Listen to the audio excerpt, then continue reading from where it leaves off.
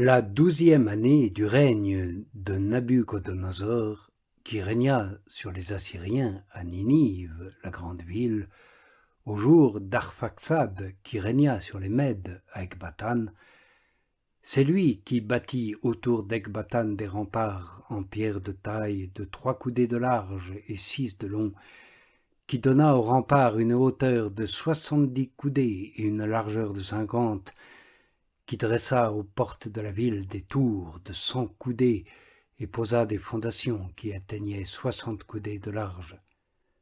C'est lui qui lui fit des portes s'élevant à une hauteur de 70 coudées avec une largeur de 40 pour les sorties de son armée de guerriers et les défilés de ses fantassins. Or, en ces jours-là, le roi Nabuchodonosor combattit le roi Arphaxad dans la grande plaine, c'est-à-dire la plaine qui est sur le territoire de Ragao.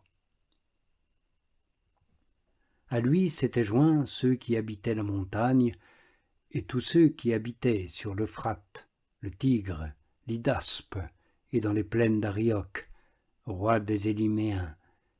Et de nombreuses nations s'étaient rassemblées pour combattre les fils de Chéléoud.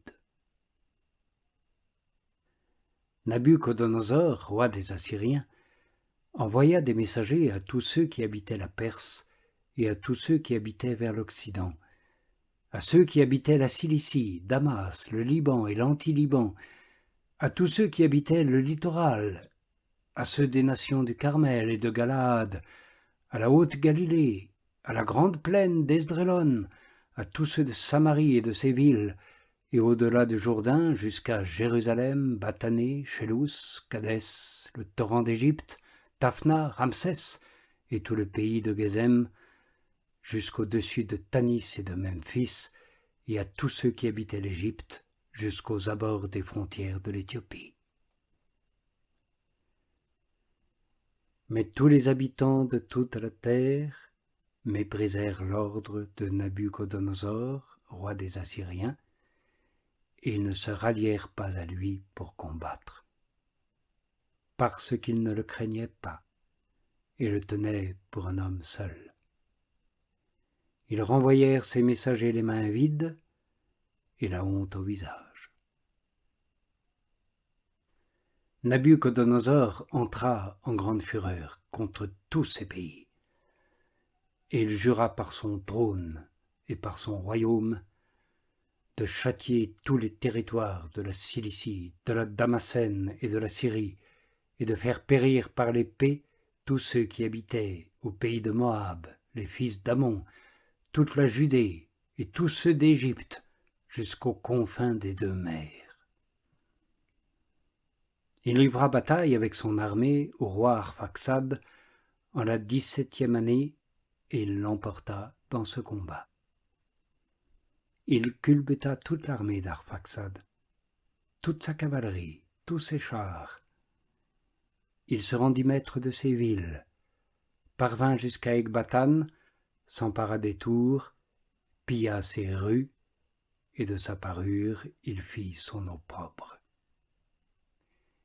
Il prit Arphaxad dans les montagnes de Ragao, le transperça de ses traits et l'extermina pour toujours.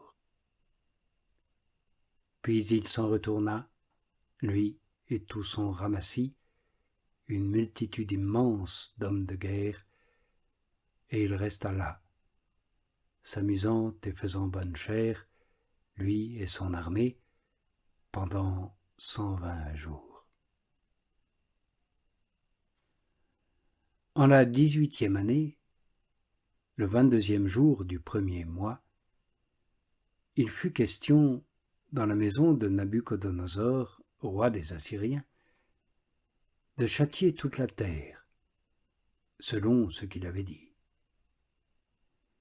Il convoqua tous ses officiers supérieurs et tous ses grands. Il leur communiqua son secret dessein et prononça de sa bouche la destruction totale de la terre. Et on décida d'exterminer quiconque n'avait pas obéi à la parole de sa bouche.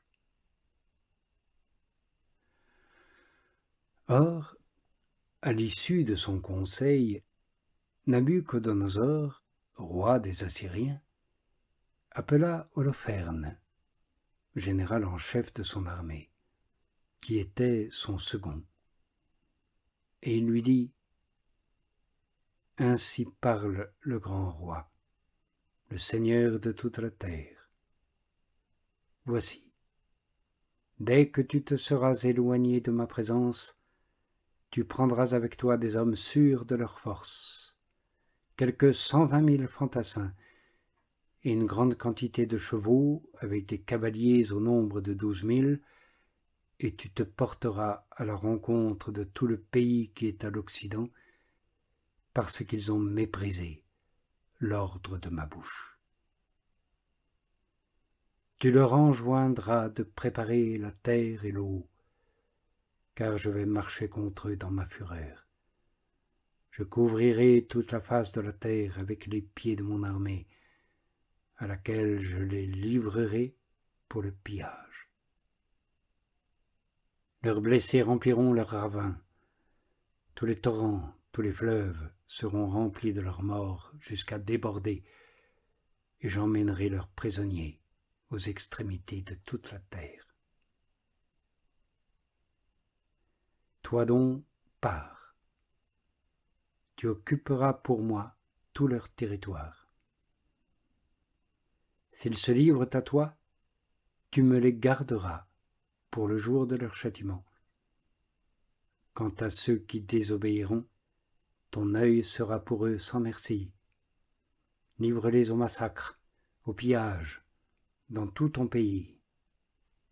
Car aussi vrai que je suis vivant et qu'est vigoureux mon royaume, j'ai dit et je le ferai de ma main.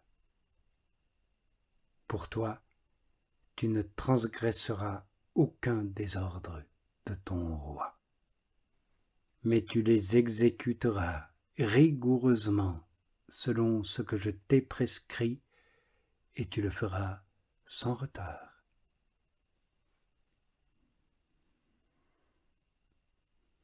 Holoferne s'éloigna de la présence de son seigneur. Il appela tous les chefs, les généraux, les officiers de l'armée d'Assour. Il dénombra les hommes d'élite pour la bataille, selon ce que lui avait ordonné son seigneur. Quelque 120 000 hommes, plus 12 000 archers montés, et il les disposa de la manière dont on range une multitude pour le combat. Il prit pour les bagages des chameaux, des ânes, des mulets, en immense quantité, et pour leurs provisions, des moutons, des bœufs, des chèvres, qu'on ne pouvait compter, ainsi que du ravitaillement en quantité pour chaque homme, avec de l'or et de l'argent venant de la maison du roi, en extrême abondance.